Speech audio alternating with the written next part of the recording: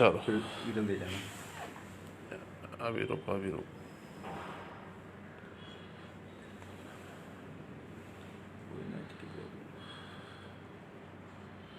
इतन नमस्कार, मैं ललित शर्मा। आज एक बहुत ही गर्म मुद्दे पर चर्चा करने के लिए एडवोकेट सोनिया तंवर के पास आया हूँ।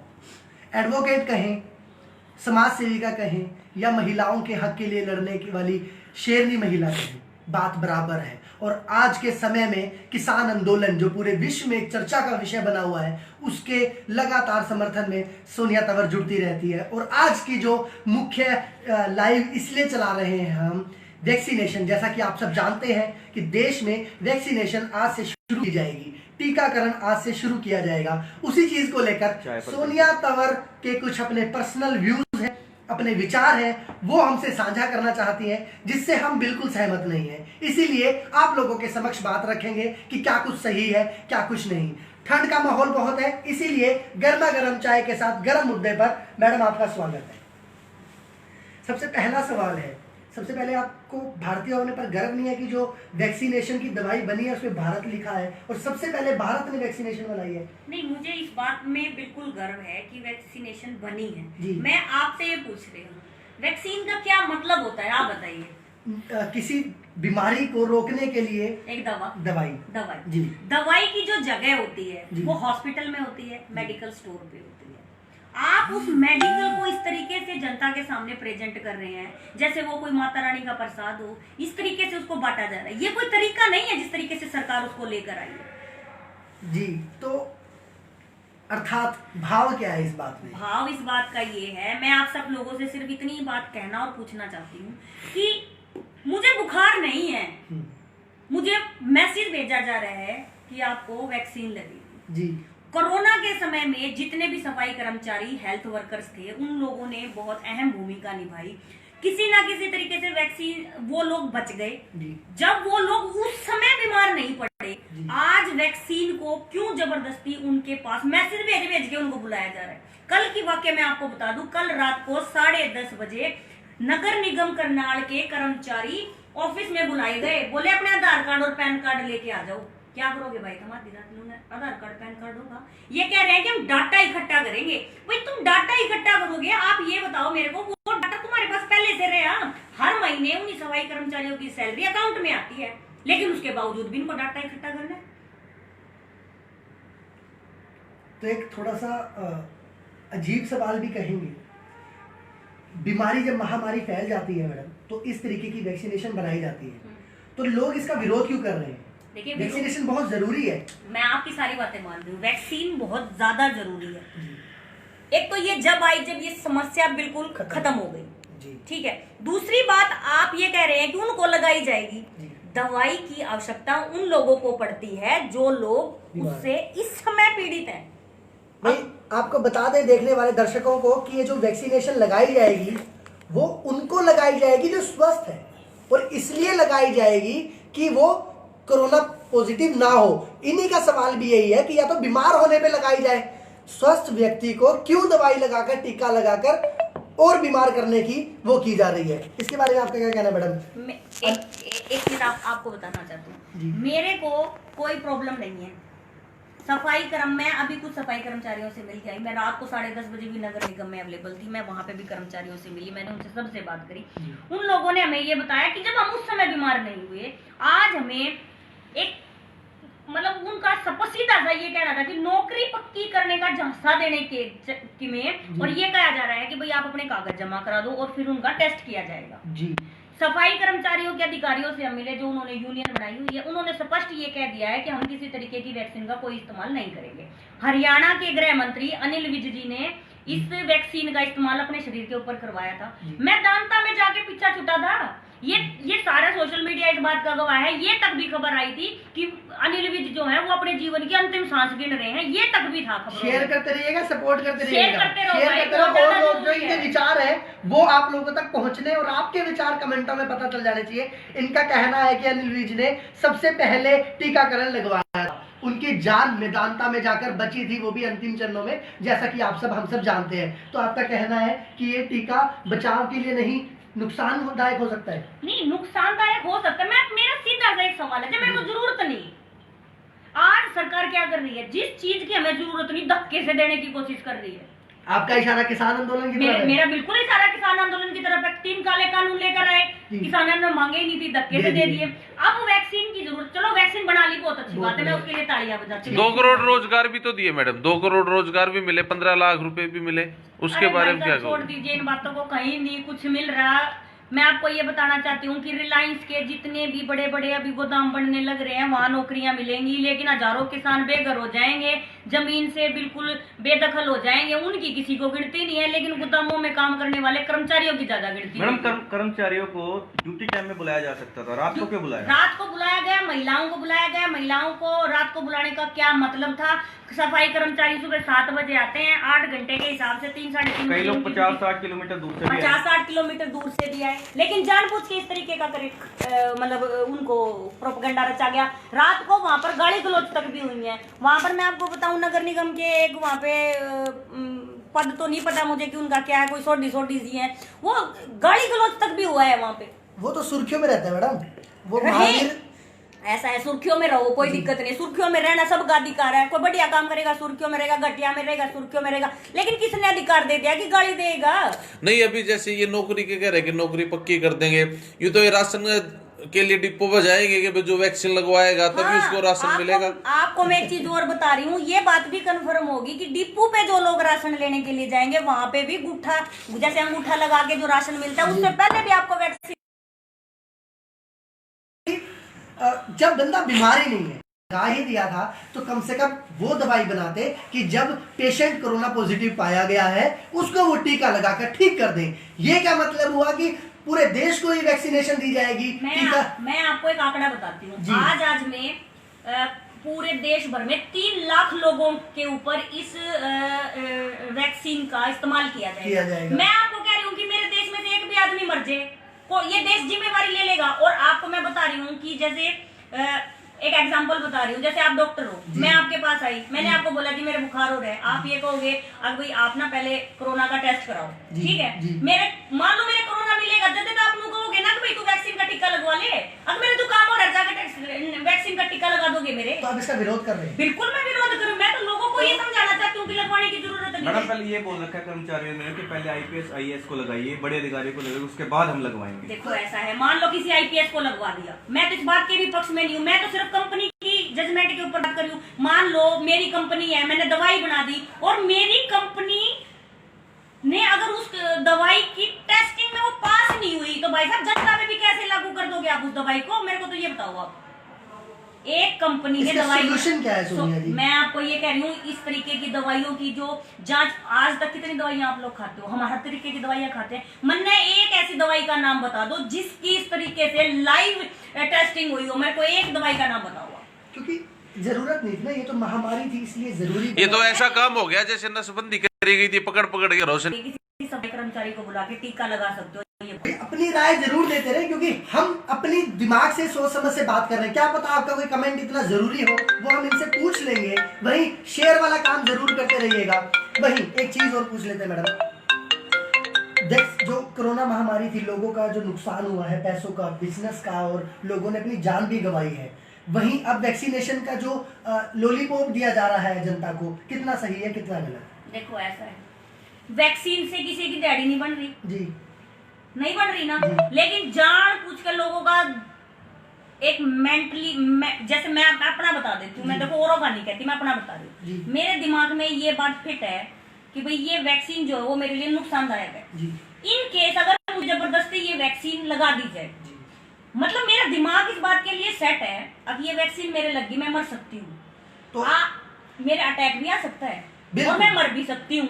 वो तो मतलब मेरी मौत की जिम्मेवारी कौन लेगा? मैं तो ये जानना चाहती हूँ। इस चीज की एक पॉजिटिव बात ही बता दूं, दिमाग में कुछ ऐसा नेगेटिव मत लाइएगा, क्योंकि जो दिमाग में चल रहा होता है शरीर उसको ऑब्जर्व कर रहा होता है, नेगेटिव चीजों को जल्दी ऑब्जर्व कर लेता है हमारा शरीर। तो इन्होंने जो बात बोली है कि अपने माइंड को फ्री करके अगर लगवाना पड़ भी जाए, जैसे जबरदस्ती जो डॉक्यूमेंट्स लिए गए, रात मैडम जो बता रही है कि आधार कार्ड पैन कार्ड लेकर टीकाकरण जबरदस्ती करवाया जाएगा, अगर हो भी जाए तो पॉजिटिव रहकर इंजेक्शन लगाएगा, क्योंकि हमारे देश में लगातार किसी ना किसी बीमारी के कारण जाने जा रही हैं। और ज्यादा दुख हमें सिर्फ बोलने से पता चलता है कि हमें दुख है, लेकिन जिनका घर से कोई चला जाता है तो परिवार वालों को ही पता लगता है। मैडम, लगातार एक थोड़ा सा राजनीतिज्ञ सवाल पूछ लेते हैं। भाजपा सरकार जब से आई है, वो कोई भी रूल लाने की कोशिश करती है तो पूरा देश उसके खिलाफ आंदोलन क्यों करता है? कुछ हिस्सा सपोर्ट में भी होता है, चाहे वो 370 की बात करें, चाहे वो सीए की बात करें, चाहे वो किसान आंदोलन की बात करें, अब चाहे वो वैक्सीनेशन को लेकर बात करें। विरोध प्रदर्शन क्यों लगातार बढ़ रहा है? देखो, मैं आप लोगों के चैनल के माध्यम से एक बात कहना चाहती हूँ कि कोई भी काम होता है उसके रिजल्ट जब तक पॉजिटिव नहीं आते हैं, और अगर रिजल्ट शुरू से ही नेगेटिव आने शुरू हो जाए और जनता की समय रहते आंख खुल जाए, तो उसका मतलब कोई भी विरोधी पक्ष विरोध करना बनता है। और अगर मुद्दे का विरोध ना किया जाए तो फिर तानाशाही से बचोगे कैसे? ये सब तानाशाही कोई तो रोक, धक्काशाही हो रही है। एक नया शब्द कल हमने सुना कि धक्काशाही हो रही है। हमें नहीं जरूरत हरी वैक्सीन की। मान लो कोई आज भी कोरोना के पॉजिटिव के रोज के 2-4 केस कल्पना चावला इंस्टीट्यूट में आते हैं, रोज आते हैं। आप अपनी वैक्सीन का इस्तेमाल करो ना। लेकिन मैडम, मैं आपको बार बार यही चीज बोल रहा हूँ कि अभी तक वो दवाई नहीं कोरोना पेशेंट को लग सके। नहीं तो फिर पानी की इंजेक्शन लगवाने की तैयारी चल रही है क्या? ताकि ना हो, आप समझो बात को, उस चीज को ना होने के लिए बनाई गई है। जब कोरोना अपनी चरम सीमा पे था, हमारा जट नहीं होया। ठीक है, तो भगवान का शुक्र है कि आप और हम बचे। नहीं तो फिर हम तो आज भी मैडम, आपका बचे कहना हैं। सही है कि जो सफाई कर्मचारी हैं उनका कहना ये भी है कि जब चरम पे था इसका कोरोना काल, तो उनको ना पीपी किट दी गई, ना सैनिटाइजर दिया गया, ना मास्क दिया गया। उन्होंने कोरोना से पेशेंट से लाशें भी फूंकी हैं। नगर निगम के 3-3 महीने के बिल पास हो गए साबुन तेल के, लेकिन 1 महीने देकर 2 महीने के बिल ना चट कर गए। लेकिन टीका इनको सबसे पहले लगाना है। टीका सबसे पहले लगाना है। ऐसा क्यों? मैं आप लोगों को ये बताना चाहती हूँ कि जितने फोन मेरे पास आए, सारे स्वास्थ्य विभाग से संबंधित लोगों के फोन आए। एसएमओ ये कह रहे मैं नहीं लगवाऊंगा, एमओ ये कह रहे मैं नहीं लगवाऊंगा, डॉक्टर ये कह रहे मैं नहीं लगवाऊंगा। बच गए कौन? नर्स, आशा वर्कर और सफाई कर्मचारी। तो ये जो मुद्दा उठा रखा है लोगों ने कि पहले बड़े अधिकारियों को लगाया जाए, वो सही है। देखो, जब क्योंकि वो मैं इस बात के पक्ष में नहीं हूँ, लेकिन वो मना भी तो कर रहे हैं ना मैडम। वो क्यों मना कर रहे हैं, आपने पूछा उनसे? नहीं, मैं देखो, क्योंकि जिस समय मैं कल वहां पे आप लोगों को ये बता रही हूँ कि क्यों ये हो रहा है। ये सिर्फ और सिर्फ इसलिए हो रहा है, जो ये कंपनी है इसको पब्लिसाइज करने के लिए, और कुछ नहीं है। पर कोई ना कोई कंपनी तो दवाई बना के तैयार करेगी। आज तक 70 डाल की कंपनी है, कितनी कंपनियों ने इस तरीके से आगे मतलब प्रचार करा है? अब किस सरकार ने किस कंपनी का सहारा लगाया है? अपनी एड देते हैं, मतलब जो भी डॉक्टरों से मिलजुल के दवाई प्रिस्क्राइब कराई जाती है, लेकिन सरकार ने कभी किसी दवाई का प्रचार करा? जैसा कि मैं हर बार बोलता हूं कि हर सिक्के के 2 पहलू हैं। अब इस दवाई वैक्सीनेशन को लेकर भी कुछ लोग हित में ही है, कुछ लोग बोल रहे हैं कि भारत ने बहुत अच्छा काम किया है, वहीं कुछ और विपक्ष में भी है। और कुछ निष्कर्ष जो निकलता है बातों का, क्योंकि जो छोटे कर्मचारियों का क्या मतलब है कि पहले छोटे कर्मचारियों को लगाकर हम चेक करेंगे, सवाल खड़े होते हैं, सरकार पर लगातार सवाल बनते जा रहे हैं। मैडम, आखिरी और 2 शब्दों में अगर कोई बात कहनी हो सरकार को, तो क्या कहना चाहेंगे? सरकार को सिर्फ इतना ही कहना चाहती हूँ और एक चेतावनी देना चाहती हूँ कि एक भी आदमी के साथ अगर जबरदस्ती करी गई तो कति ठोक कर विरोध करांगे। और सर्व कर्मचारी संघ से सीधी बात हो गई है। सर्व कर्मचारी संघ ने ये कहा है कि हमारा कोई भी आदमी किसी भी तरीके का टीकाकरण नहीं करवाएगा। डाटा लेना है ले लो, सवेरे सबके कागज जमा करवा दिए, लेकिन किसी तरीके का कोई टीकाकरण कोई भी स्वास्थ्य कर्मचारी नहीं करेगा। और भाई साहब, किसी की भी नौकरी नहीं जाएगी। अगर सरकार ये धमकी देती है, कोई अधिकारी ये धमकी देता है कि टीका नहीं लगवाओगे आपको नौकरी लगवाएंगे, तो ऐसा इस देश में कोई कानून नहीं है कि जो सिर्फ टीका ना लगवाने की वजह से किसी को नौकरी से निकाल दिया। सूर्यदेवा जी, मेरे को एक आपकी बात से जो बहुत अच्छा पॉइंट मिला है वो मैं आप लोगों से शेयर कर लूं कि जैसे कई बार आप हॉस्पिटल में जाते हैं तो डॉक्टर आपसे लिखवा लेते हैं ना कि हमारी कोई जिम्मेवारी नहीं है, आपकी है। तो मैं चाहता हूं इनकी बातों को सुनकर कि टीकाकरण करवाने से पहले क्या कोई जिम्मेवारी लेगा, क्योंकि एक स्वस्थ व्यक्ति को टीका लगाया जा रहा है, उसके बाद अगर उसकी तबीयत बिगड़ी तो इसकी जिम्मेवारी कौन लेगा? आपको मैं एक चीज बताना चाहती हूँ। अभी थोड़ी देर पहले आप कल्पना चावला इंस्टीट्यूट में गए थे, वहां पे डॉक्टर्स ने आपको ये बताया कि आदमी यहाँ से चलेगा, यहाँ उसका टेम्परेचर चेक होगा, फिर वो यहाँ बैठेगा, यहाँ उसके टीका लगेगा। 15-20 मिनट उसको ऑब्जर्वेशन में रखा जाएगा, उसके बाद 24 दिन के बाद उसको फिर टीका लगेगा, 28 दिन के बाद। तो मैं आपको बता रही हूँ 28 दिन में वो आदमी किसी भी स्थिति से, मतलब किसी भी कारण से मान लो वो मर जाता है, माफी चाहूंगा, उसके बीच में अगर उसको कोई दिक्कत परेशानी होती है तो बकायदा एम्बुलेंस और स्पेशल 5 बेड जो रिजर्व है, 6 घंटे लाश पड़ी रहती है। हमारी एम्बुलेंस सर्विस जिसी है ना, वो मन ने भी बेरा है, आपने भी बेरा है। शायद इसमें थोड़ा बदलाव आ जाए। हर बार सरकार पर सवाल खड़ा करना। कल तक की भी सरकारी एम्बुलेंस की स्थिति यही थी। और जैसे कि मैं आपको एक चीज बता दूं कि गृह मंत्री तो फिर भी मैदान तक चले गए थे, हमारे सफाई कर्मचारियों का तो इतना भी ब्योत नहीं है कि वो एम्बुलेंस का खर्चा उठ ले। बहुत अच्छी बात है। मतलब मैडम एम्बुलेंस की कोई गारंटी नहीं है, वो क्या गारंटी है बता दो आप। हर साल कम से कम 6 से 7 एम्बुलेंस कल्पना चावला को मिलती हैं, लेकिन मौके पे भाई साहब आप इस टाइम फोन कर लो, प्राइवेट आ जाएगी लेकिन सरकारी नहीं आएगी। पर देखिए जिस तरीके से आप देखते हैं कि पोलियो का अभियान चलाया जाता है, उस अभियान को भी इसलिए चलाया जाता है कि वो बच्चे को पोलियो ना हो। क्या ये दवाई उसी तरीके से यूज नहीं कर रही है गवर्नमेंट? इसके बारे में आप क्या कहें? मैं एक चीज आपको और बताती हूँ, आप थोड़ा सा पक्षकार बन रहे हो इसका दवाई का। मैं आपको एक चीज पक्षकार इसलिए क्योंकि भारत के लिए बहुत नहीं, ये चीज हमारे जो व्यूअर्स हैं वो पूछ रहे हैं। अच्छा, हमारे व्यूअर्स का कमेंट आया, मेरा नहीं। मैं आपको एक चीज कहती हूं, या यूँ कहना चाहेंगे कि इस दवाई का नहीं, इसका यूँ कहना चाहेंगे कि पहले प्रधानमंत्री, राष्ट्रपति या एमपी ये यूज करे, उसके बाद आम जनता पे आना चाहिए। नहीं, मैं ये कह रही हूँ कि अगर मान लो मैं खुद भी मरना चाहूँ ना, तो मेरे खिलाफ भी कानूनी कार्रवाई हो सकती है। मैं क्यों मरूं अपने आप भी? नहीं, इसका तो सवाल ये पूछा जा रहा है ना कि अगर मान लीजिए ये दवाई किसी रोग को रोकथाम के लिए लॉन्च की गई है,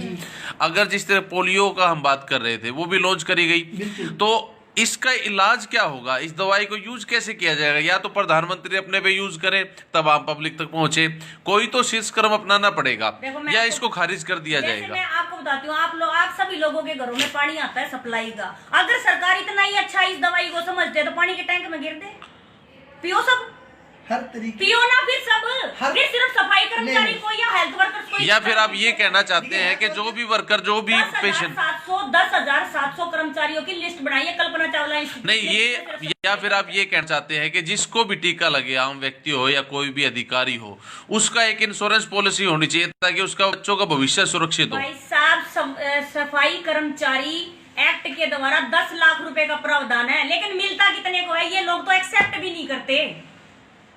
मैं आपको ये कह रही हूँ कि डॉक्टर का प्रेस्क्राइब होगा तभी तो आपको कोई क्लेम मतलब प्रेस्क्राइब कर देंगे, डॉक्टर उसकी जिम्मेवारी ले ले, गवर्नमेंट ले ले कि कुछ भी होता है तो उसको फाइनेंशियली मिले। जिस समय ये टीका लगेगा उससे पहले उस व्यक्ति का टेस्ट किया जाए कि वो उसको इस वैक्सीन की जरूरत है कि नहीं है। वो उससे बार बार जिस बात पर आप जोर दे रहे हैं, मैं आपको बार बार क्लियर कर रहा हूँ कि जो वैक्सीनेशन बनाई गई है ये इसलिए बनाई गई है कि किसी को कोरोना ना हो ना तो 10,700 की लिस्ट क्यों बनाई? पर सारे देश को दे दो ना मैडम। एकदम से 135 करोड़ जनसंख्या, एकदम से इतनी वैक्सीनेशन बनाना पॉसिबल नहीं है। आप नेगेटिव चीज देख रहे हैं, मैं आपको एक चीज बता रहा हूं, नेगेटिव नहीं देख रही मैं आपको। इनको मेरे हिसाब से सरकार ने प्रायोरिटी इनको इसलिए दिया क्योंकि इन्होंने कोरोना के टाइम में अपनी जान को जोखिम में डालकर तब हमें बचाया गया था। इसीलिए प्रायोरिटी दी गई। तो डॉक्टरों ने तो बहुत बड़ी भूमिका निभाई थी, डॉक्टरों को दवा दिलवाओ। डीसी ने भी बहुत भूमिका निभाई थी, डीएसपी, एसपी सबने निभाई थी, सबसे पहले उनको दुनिया भर के सिंघम पैदा हो गए थे, लगवाओ। और शायद इस बारे में तो ललित जी प्रधानमंत्री ने भी बड़ी भूमिका निभाई थी, रोज भाषण देना, शाम को 8 बजे आऊंगा, 3 बजे आऊंगा। भाषणों से बीमारी का सलूशन नहीं, पर कैमरामैन तो सामने थे ना, वो तो बाहर से आ रहे थे। मैं इन सबकी ये जो हम चर्चा कर रहे थे, इसका निष्कर्ष मेरे हिसाब से निकलता है कि पहले जो लोग वॉरियर्स बने थे, जो योद्धा बने थे, पहले उनको लगाया जाए, ना कि जो नहीं। लेकिन एक चीज किसी को ना लगाया जाए। नहीं, किसी को एक दवाई होती है, दवाई की आवश्यकता किसी व्यक्ति या किसी शरीर को तब होती है जब उसको कोई सिम्टम्स नजर आएंगे। जब मेरे बुखार भी नहीं हो रहा यार, तुम मेरे कोरोना का सवाल आने जा रहे हो, तो मेरा बुखार भी नहीं हो रहा। तो हम सरकार से, आप लोगों के माध्यम से सरकार तक एक बात पहुंचाना चाहते हैं कि भैया ऐसी दवाई बनाओ जो कोरोना जिसको हो जाए उसको दी जाए। लेकिन सरकार ने वैक्सीनेशन किस लिए बनाई है? क्योंकि महामारी पूरे देश में फैलती है, पूरे विश्व में फैलती है, ये आगे ना बढ़े, इसीलिए जैसे भी हमारे जो भाई हैं उन्होंने चर्चा की, पोलियो वाली बात बिल्कुल बचपन में ही बच्चों को पिला दी जाती है ताकि पोलियो ना हो। इसी तरीके से हो सकता है कि कोरोना का टीका लगाया जाए कि किसी को कोरोना के सिम्टम्स या कोरोना ना हो। आज की जो चर्चा थी वो गर्म मैंने इसीलिए बोली थी क्योंकि चेहरे पर आक्रोश, थोड़ा सा फनी, थोड़ा सा सब कुछ था। निष्कर्ष निकल चुका है कि पहले वो वैक्सीनेशन बनाई जाए, जब कोरोना हो जाए उसकी दवाई बनाई जाए, या फिर ये टीकाकरण उसको लगाया जाए जो पहले बड़े सीटों पर, बड़ी जगह पर बैठे। शायद आप इसलिए भी इस चीज का इनकार कर रहे हैं क्योंकि अभी मध्य प्रदेश के अंदर डोज दी गई थी ट्रायल बेस पे, तो उसकी 9 दिन के बाद डेथ हो गई थी। इसको लेके भी शहर के अंदर पूरे देशवासियों में एक भय पैदा हो गया कि भाई ये शायद विफल ना हो जाए। वैसे ट्रायल बेस पर जो अनिल विज जो हम तो उनका एग्जांपल है। मध्य प्रदेश क्यों जा रहे हो? हरियाणा के गृह मंत्री जो ये कह रहे थे कि हमने टीकाकरण का इस्तेमाल अपने शरीर पे कर, मैदानता में आगे अंतिम चरण से होकर वापस आए हैं। सवाल तो बड़ा है, शेयर हम करो तो इस बात को कह रहे हैं कि हमारे सफाई कर्मचारी का जितना ब्योत नहीं है वो एम्बुलेंस का भी खर्चा उठ लेगा। मैदानता तो जाने की बात दूर रही है। एक बात और, अगर आप अमीर हैं, अगर आपके पास इतने पैसे हैं कि आप मैदानता इलाज करवा सकते हैं तो करवाइएगा, क्योंकि हमारे government Kalpana Chawla medical college में कोई इलाज अगर मैडम ये सरकार ये कह दे कि अभी मैदानता का खर्चा भी सरकार उठ लेगी तो और वहाँ पे 2-2 लाख 10-10 लाख रुपए टीकाकरण के साथ दे दे, तब तो लोग लगवा ही सकते हैं। हम 10 लाख रुपये हुए दे दो ना, हमारा तो सड़क एंटीबायोटिक जैसा काम करेगा। 10-10 लाख रुपए के चेक हुए काट दो। बात थोड़ी सी फनी जरूर है, पर बात को देखिए, इस चीज को अगर इग्नोर करें, जो मेरा लाइव दिखाने का मोटिव था आप लोगों को कि इनकी बात बिल्कुल जायज है और सरकार की बात भी जायज है कि क्या पता वो चाहते हो कि कोरोना फैले ही ना, पर इनका कहना है कि जब सिम्टम्स हो तो दवाई लगाई जाए। अगर कोरोना की बात करें, अगर आप पत्रकार भी बैठे हैं साथ में, एडवोकेट जी बैठे हैं, अगर हम बात करें तो अगर कोरोना इतनी बड़ी महामारी है तो किसान आंदोलन पिछले बड़े लंबे टाइम से टीकरी बॉर्डर, संभोग, गाजियाबाद बॉर्डर चल रहा है, वहां पर कोरोना से तो एक भी मौत नहीं और कोई भी सिम्टम्स नहीं पाए गए। तो फिर ये क्या है, कोरोना बीमारी है ये सिर्फ एक वजूद बनाया गया है? ये सवाल भी बनता है। पहले दिन से कोरोना को नहीं माना, पहले दिन से हमने कोरोना को नहीं मारा। पूरे कोरोना टाइम में जब ये सरकार के एमएलए एमपी छिपे फिरते थे उस समय भी हम कोरोना में बाहर थे। ये पत्रकार बैठे ये उस समय भी बाहर थे। इनसे पूछो ना, इनका बुखार हो रहा है क्या? कोरोना वैक्सीन आप भी वॉरियर रहे क्या? पत्रकारों को इस लिस्ट में शामिल किया गया? नहीं, 10,700 की लिस्ट में क्या पत्रकारों के नाम है? नहीं, अभी तो सिर्फ जो क्यों सिर्फ सफाई कर्मचारियों के? क्योंकि सबसे ज्यादा रिपोर्ट तो पत्रकारों ने दी थी। उनको ये जांचा दिया गया है कि आपकी नौकरियों को पक्का कर हाँ, आप नौकरी से हटा नहीं सकते। नहीं लगवाया गया तो आपको नौकरी से हटवा दिया जाएगा। बातों में घेर लिया गया है, लेकिन इनकी बात से मैं एक बात और ऐड कर देता हूँ। जब किसान आंदोलन में किसी व्यक्ति को कोरोना नहीं हो रहा है तो ऐसे ही कितनी रैलियां हुई हैं, कितनी जन आंदोलन हुए हैं, तब किसी में हमने बिहार में नहीं हुआ। बिहार में इलेक्शन था, बिहार में कोरोना नहीं हुआ। बड़ौदा में चुनाव था, उस समय उसमें नहीं, लाखों की तादाद में लोग। अभी लेटेस्ट मेयर के चुनाव हुए हैं तो हरियाणा के अंदर कैंपेनिंग हुआ जबरदस्त। नहीं आई। अब ये जब सारे काम, अब मैं आपको बताती हूँ, हमेशा बीजेपी का क्या काम रहा है, मुद्दों से भटकाने का काम किया जाता है। हमेशा एक मुद्दे को दबाने के लिए दूसरा मुद्दा तैयार कर दिया जाता है और वही सब ड्रामा करके मैडम ये हमारे देश की राजनीति है। एक मुद्दे को छुपाने के लिए दूसरा बड़ा मुद्दा खड़ा कर, लेकिन आप देश की जनता की जान से नहीं वो कर सकते। ये पॉइंट नोट करने वाला है कि जान की बात आती है तो बहुत भारी नुकसान होता है सिर्फ और सिर्फ परिवार वालों को। हम सिर्फ सांत्वना दे सकते हैं, उनको हिम्मत दे सकते हैं, लेकिन दुख परिवार वालों को होता है। आप लोगों से रिक्वेस्ट करेंगे कि इसका सोल्यूशन सरकार तक जल्द से जल्द निकल जाए, क्योंकि अभी हम 2 लोग चर्चा कर रहे हैं इसका निष्कर्ष निकालने की। पूरा देश, मैं चाहता हूँ पूरा देश इसका निष्कर्ष निकाले, किसी की जान ना जाए, बिना मतलब की तो बिल्कुल ना जाए, क्योंकि इनका कहना है कि टीका लगने के बाद जिम्मेवारी कौन लेगा। एमपी में जो हुआ आप सब जानते हैं, हमारे गृह मंत्री के साथ जो हुआ वो आप जानते हैं। जब उनका टीकाकरण पहले उन्होंने ट्रायल के लिए लगवा लिया था, उसके बाद कोरोना होना और इतने लास्ट स्टेज तक जाना अपने आप में सवाल खड़े करता है। मैं अंत में आप सभी लोगों से एक रिक्वेस्ट करना चाहती हूँ कि वैसे तो इस कोरोना वैक्सीन की आप लोगों को जरूरत नहीं है, ना करवाने की जरूरत, लेकिन इन केस अगर आप लोग किसी भी दबाव में या अपनी इच्छा से अगर आप चाहते हैं कि भाई हाँ ये वैक्सीन का इस्तेमाल हम अपने शरीर पे करवाना चाहते हैं, मेरी आप सभी लोगों से रिक्वेस्ट है कि डॉक्टर से प्रेस्क्राइब जरूर कराएं, मार्क जरूर कराएं कि भाई हाँ ये वैक्सीन इस आदमी को लगाई जाए, क्योंकि आने वाले भविष्य में वो कागज ही आप लोगों की मदद करेगा। अदरवाइज ये सारे अधिकारी और जो से आज आईपीएस और जितने भी एसपी जितने भी हैं, ये सब लोग पीछे हट जाएंगे। और जब हमें हमारे बच्चों को ये पता चलेगा ना कि हमारा माँ बाप मर गए हैं, उस समय हमारे बच्चों की मदद करने के लिए कोई नहीं आएगा। तो पहले तो इसका विरोध कीजिए, लेकिन अगर कोई मजबूरी बन जाए तो भाई साहब याद रखना मेरी बात को कि डॉक्टर का प्रेस्क्राइब लेटर ले बगैर कोई वैक्सीन लगवाने की जरूरत नहीं है, क्योंकि डॉक्टर नहीं लगवा रहा, उस डॉक्टर से भी तो ये पूछेंगे ना तने कुकर लिख दिया था कि इस आदमी को इस वैक्सीन की जरूरत है। आज की चर्चा को पूर्ण विराम लगाने से पहले आप लोगों का धन्यवाद। आप लोग सपोर्ट करते हैं, कमेंट करके शेयर करके अपनी राय जरूर दीजिए।